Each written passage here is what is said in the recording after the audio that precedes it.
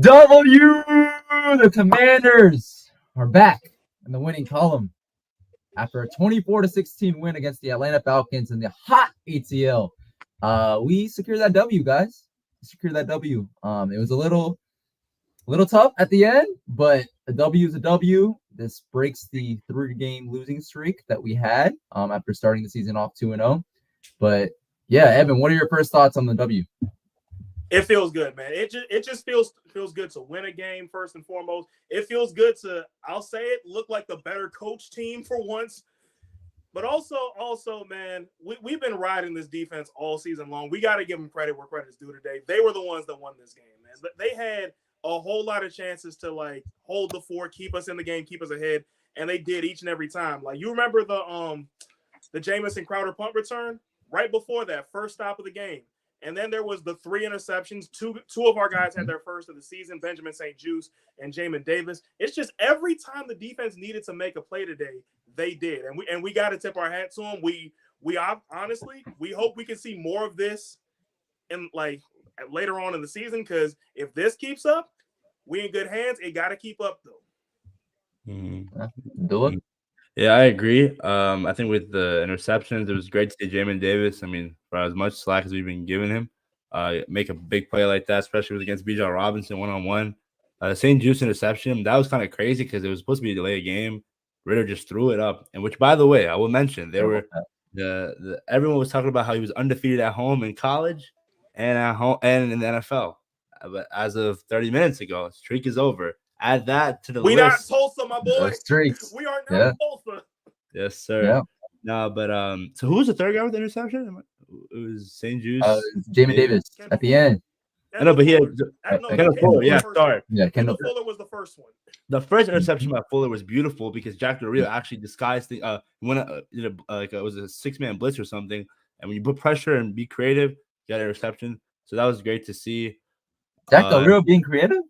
Yeah, I mean, no, there were times where like there was one. I remember that final drive. There was 2 guys just rushing, and they dropped everyone back. And I'm like, bro, like, kind of goofy. I was like, why are we playing breathing? Yeah, nice. Yeah, Jack Del Rio, man. I mean, he really you got lucky because if we lost today, if we blew this lead, it would have been the fans would come at his neck again. Yeah. Honestly, though, I feel like the offense did more at the end of the game to cost us the game. Like there was like a couple possessions where they just needed a first down, and we threw on first down, which I get it. The defense wasn't expecting it, and you wanted to put your foot on their necks, and I completely respect that move. I've been saying that for years, that we need to do that more often instead of just running it, getting 1 or 2 yards, and then punting it every time. But no, I mean, the offense, they weren't that great in the fourth quarter, and luckily we held on. The defense, though, I agree with Evan. We've definitely said a lot about this defense and how they've underperformed up until this point, but they did pretty well today. They only allowed 16 points. Drake London didn't go off. I think he had over 100 yards receiving today, but we held Bijan Robinson pretty much in check, which is good. I know he's a rookie, but he's no ordinary rookie. He's a really good running back, so I'm happy about that. I know Terry got involved today, didn't hit the century mark and didn't score a touchdown, but he was definitely involved. Curtis Samuel had a nice touchdown today. Brian Robinson, our boy, after that. Yeah, and I don't know if you guys watched the documentary that the team put out. It was amazing. So, I'm glad that he scored a touchdown today. And something about Brian Robinson in Atlanta, man. He just ends up like turning it up. But and then Antonio Gibson had a touchdown too. So, I mean, pretty good performance today. He didn't fumble. And didn't fumble. But yeah, Sam Howell, he didn't have 200 yards today passing, but 3 passing touchdowns. I think it was like 170 yards passing. Pretty efficient game today. 151, my bad. 151 passing, pretty efficient game today. No interceptions, which is big. I want to say this though. Is this offensive line trying to go for the sack record or something? This is another 5 sacks that we gave up today against the Falcons.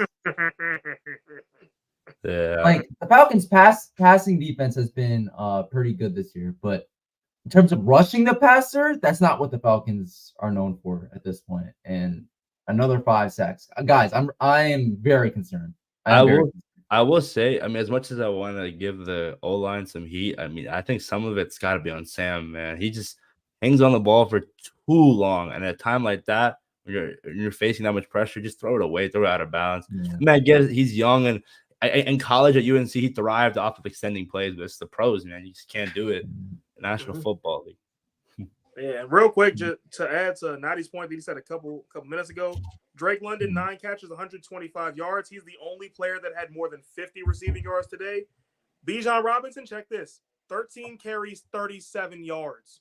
Wow. You can tell where the focus was this whole week. Yeah, I think had 30 plus yards receiving, if I'm not mistaken. But still, that Drake London catch, that was crazy. I don't know down the side. I thought it was a pick. They were fighting for it. I thought it was a pick. I thought it was a pick too. I still think it's a pick. I still think it's a pick. Like the only reason I ain't arguing even more is because it was offside, so it would have been like washed out anyway. But I thought it was a pick too. No, but bro, Evan, still 5 yards versus like that was like what a 40 yard catch. Like it was a head that would have made a hit. Yeah. That was an interception. Man. I'm sorry, that was an interception. I'm just the interception wouldn't have stood. What was that? The interception wouldn't have stood because it was offsides. Yeah. I want to shout out this two guys. I know Kendall Fuller was not a great performance last week against the Bears. I'm sorry, the DJ Moore touchdown, that last touchdown is still like in my head, like on how Kendall Fuller tried to jump the route and try to risk it all. But overall this season, Kendall Fuller has played pretty good. Pretty good. Like if he keeps it up, we might be talking about him as a Pro Bowler this year for the first time in DC. So, but yeah, he had an interception today. Abdullah mentioned, it was a really good play at the very beginning of the game. But another guy that we have to mention is the guy that caught the last interception, Jamin Davis. A great interception at the end of the game. He played pretty well today, unlike his fellow starting linebacker, number 57, Cody Barton. Lee Hudson did well today, though. Who should have been roughing the passer, by the way. What was that? Who should have been called for roughing the passer, but that's another. Who shouldn't have been? He put us in. Shouldn't have been. Roughing the passer. Supposed to go. What was he supposed to do? No, by the letter of the law, that was clearly roughing the passer. Hit him in the face. It's not like he could have just stopped himself, though. It's not like he could have just stopped himself. But roughing the passer, roughing the passer nowadays in the NFL is like what a travel is in the NBA. Like who knows what it is. No, okay, I get that. I get that when we're talking about like the shifting of weight onto quarterbacks, like that whole discussion, because that's like not very cut and dry. The cut and dry rule is if you put your hands like on the helmet, like the face mask of the quarterback, that is a roughing the passer at the end of the day. To me, I was not mad that it was called. I was mad at how stupid of a decision it was to do that in the first place by Cody Barton. You didn't need to do that. Like you had the pressure on him. I don't know, but I'm just a fan at the end of the day, right? Fanalist. But yeah. So I don't know. Defense did pretty well today. The Falcons only 16 points. 3 interceptions on Desmond Ridder, but I mean the miscues in the fourth quarter. That offense, like letting the clock run down to 0 several times. I think the killer was calling a timeout after or not the clock running out after you already called a timeout at the end of the game when you only had 1 timeout left. I think that was the killer for the Falcons. At the end of the day, though, I mean he still threw an interception, so I don't think it would have mattered. But terrible clock management by the quarterback, by the head coach, and yeah, man. I don't know. I don't know if the Falcons have a quarterback. You know, the Falcons might. I heard the streets are talking that they might be interested in Shedeur Sanders. So, no. What, Chicago? I don't know. I just don't shoot the messenger, guys. Like that's what I'm. That would be crazy. He ain't going to Chicago. No, I'm saying ATL. That's Taylor. ATL. You talking about ATL? Speaking of Chicago, I heard Abdullah say he going to Chicago. I'm like, no. He's not. I was like, Deion Sanders wants him. No, Deion Sanders wants him in the ATL. But speaking of Chicago, I saw that Justin Fields went out with a thumb injury. And yeah, no, I just wanted to throw that out there because he roasted us last week, 4 touchdowns and did everything he wanted. He was Hey, that was a week ago. I remember. Yeah, that was a week ago. We won today. That's all that matters. Yeah. A week ago. Today we won. Okay. 24-16. I don't know. What else do you guys want to talk about? We could talk about the running game and Brian Robinson. Didn't do too much in terms of rushing yards, but he had a receiving touchdown today. Keep stacking up the touchdowns, man. Brian Robinson's putting up a very good season. I love the enemy's play calling in the red zone. The one play was a sweep to Curtis Samuel. It was like pass Howell to Samuel. That was nice, and the ability to roll out Gibson in the passing game is what we've been using. So shout out to the enemy on that. But the one thing I will get at the enemy, when you're up 24-10, I got like flashbacks of Scott Turner where he just becomes so conservative, and that was pretty frustrating. And again, the offensive line. I know Charles Leno couldn't play. What happened to family prayers to him. Yeah. So, for people who don't know, I think it was his wife posted on Instagram, I think, that she had a miscarriage. So prayers out for the Leno family, and But go ahead, go. We love you, Charles. We love you, Jennifer. Yeah. As much heat as you get, he's still a part of the team, still a leader. But yeah, this is what everyone wanted, bro. This whole week, I mean, dude, if you watched it, when they posted a Brian Robinson documentary on Instagram, everyone's just saying, like, bro, you guys suck, blah, blah, blah. And then the whole political statement, like, everyone's just going at the team. They needed this win because your backs are against the wall, like, very much against the wall. And at 2-3, 3-3, 500, you got New York next week, who New York's playing Buffalo today without Daniel Jones, so probably playing out here. They always play us tough, bro. I know. I'm not saying Daniel Jones. What did you say about? We gotta take him serious. They always play us tough. Exactly. Like Abdullah always says, he turned into Vanilla Vic against us. We'll see. Yeah, no, dude. After 6 games, as much as everything that we've been through, 3-3, obviously, like we wanted that Chicago win, but to be able to win at home against the Atlanta team, it's not bad. They're not a bad team. Yeah, they're not a bad team. Win at home isn't exactly the least accurate. It's not exactly inaccurate because there were a lot of Commanders fans down there in Atlanta. But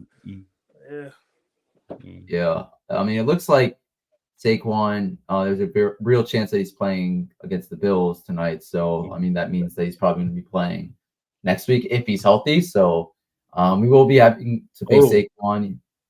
Casey Toohill. There you go. 2 sacks. 2 sacks. 2 sacks showed. 2 sacks.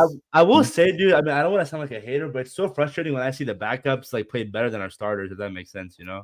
It's like things, bro. It's like I want Chase to get the Chase again, bro. Oh my, like it's just like he has like all like the dribble straight to the paint and blows the layup, bro. It's like every single time. To be fair, Ritter escaped the pocket, but yeah, I agree with you, bro. Like at the end of the day, he's in his contract season, right? So like you can't have these near misses if you want to make big bank, honestly. Like, and I hate seeing the pressure rate. Like, oh, this is my. I want to see finishes, bro. I know it's a good stat. Yeah. But I wanted pointed out, though. I wanted pointed out to your point about pressure. Notice how the St. Juice interception, I think it was. Yeah, the St. Juice interception was off a blitz.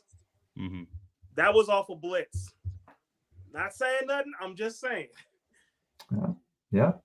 I'm with you guys. But last thoughts for me before I head out, and Abdul and Evan probably continue for a couple minutes more after this. But yeah, and Abdul, if you want, you can clip this. But I'm happy.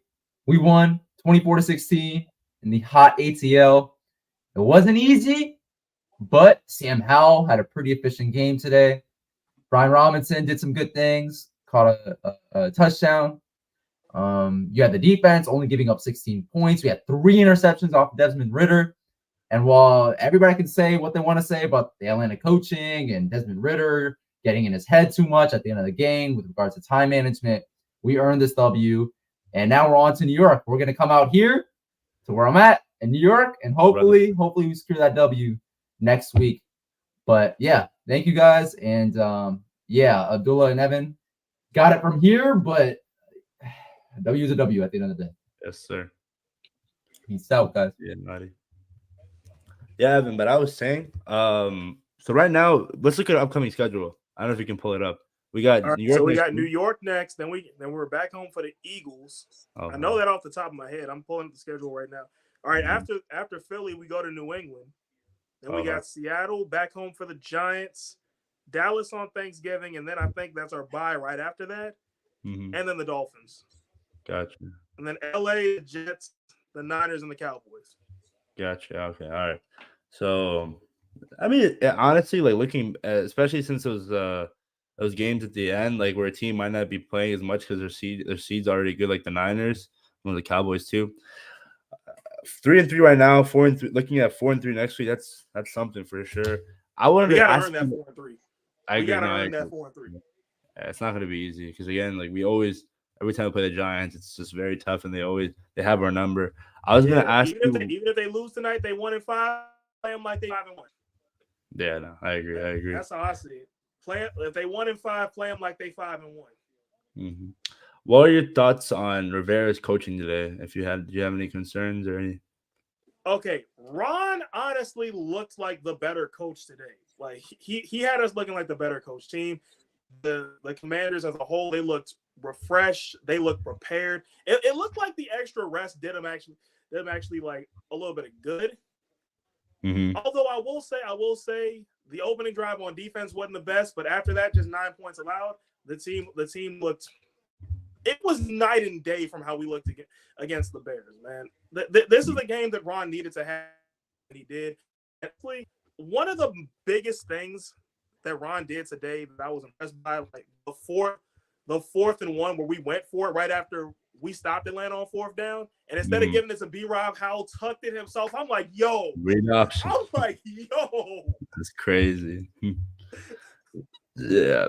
Also, shout out to Jamison Crowder. Shades of 2016, baby. Almost took it to the house. That was nice to see, I bro. wanted that touchdown so bad, man. Yeah, that'd have been so crazy. I think after that, bro, there's no way you put Dax Millen out there in punt return. Jamison Crowder, JC. Is Dax Millen even still here? I think he's still on the roster. I'm pretty I think sure. he's still on the practice squad. Like he might be on the practice squad or something. Like, well, man, I ain't thought about that man in ages. Well, as of now, you should never think about changing the punt return. No, JC, bro. I mean, I remember the reason why they cut him was in 2016 was like him muffing the punts and stuff, but he hasn't as of right now. So it's good to see a punt returner, bro. It's explosive plays. That's what we like to see. That's what we needed. Mm-hmm. I think we talked about everyone. But honestly, the other thing is I don't think we really talked about the switch up and play call in the fourth quarter or so, because I noticed a completely different tone after we went up 24-10. At that point, it's like we stopped playing to win and just started playing not to lose. Yeah, we just put all of our effort into not blowing the lead. Thankfully, the defense didn't let their foot off the pedal. Thankfully, the defense did not let their foot off the gas, but that's how comebacks happen, man. No, I agree. That's how comebacks happen when you get that lead and you stop playing to win. I really thought that like once they had the penalty, the roughing the passer penalty, I was like, this ain't looking good. But no, this defense, bend don't break. Hopefully they get in this rhythm and hopefully it's consistent. I mean, the first 5 weeks it was pretty ugly, but hopefully they find a way. And Jack Del Rio, just be more creative when it comes to your play calling. Like just send blitzes, use Jamin Davis in the right way. Cody Barton, I'm still not the biggest fan, but obviously, like he can be like overshadowed by how strong this defensive line can play. Emmanuel Forbes, I don't think he played a lot, did he? Emmanuel Forbes did not. Okay, gotcha. Yeah, I mean, again, a learning curve for him. He is young, so I don't want to do much. Cameron Crowe was balling out. He was flying places. Although to be fair, Forbes did play. I think he gets a pick too. You think so? I think Forbes gets a pick if he plays today too. Okay. Ritter was lobbing him out. Yeah, he was. Chris Rodriguez had some carries. That was pretty crazy to see. Yo, when I saw Chris Rodriguez in this game, I was like, okay. Yeah. Okay, Ron, remember he's on the team. Yeah, I was kind of shocked by that. Man, we always love it when a preseason hero gets to get on the field in the regular season and make some plays. And he actually had a couple good runs too. Yeah, he did. Yeah, but I think that's pretty much it, man. It was just a good overall win. Virginia Tech won yesterday too. I don't know if you saw that, Evan. It was against Wake Forest. I saw they beat Wake Forest.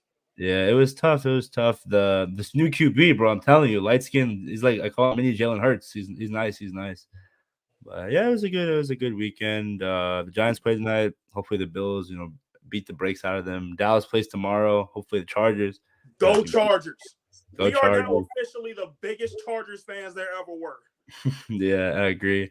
And the Eagles play the Jets today. I mean, I don't know. I think the Eagles are a great team, so they'll probably pull that one out. The Eagles not going to lose. At this point, we can just forget about the division. We don't really need to focus on that. That wasn't the goal this year anyway. You feel me? Yeah, I feel you. That wasn't the goal this year anyway. I feel you. But that's pretty much it, guys. Please make sure you're like, comment, subscribe to the DMV Sports Zone channel. We like to push out as much fire content out there as possible. Follow us on all social media platforms: TikTok, Instagram, Twitter at DMV Sports Zone. 3-3. Let's go, baby. Left hand up. Also, I think we got a playoff spot today, too. Oh.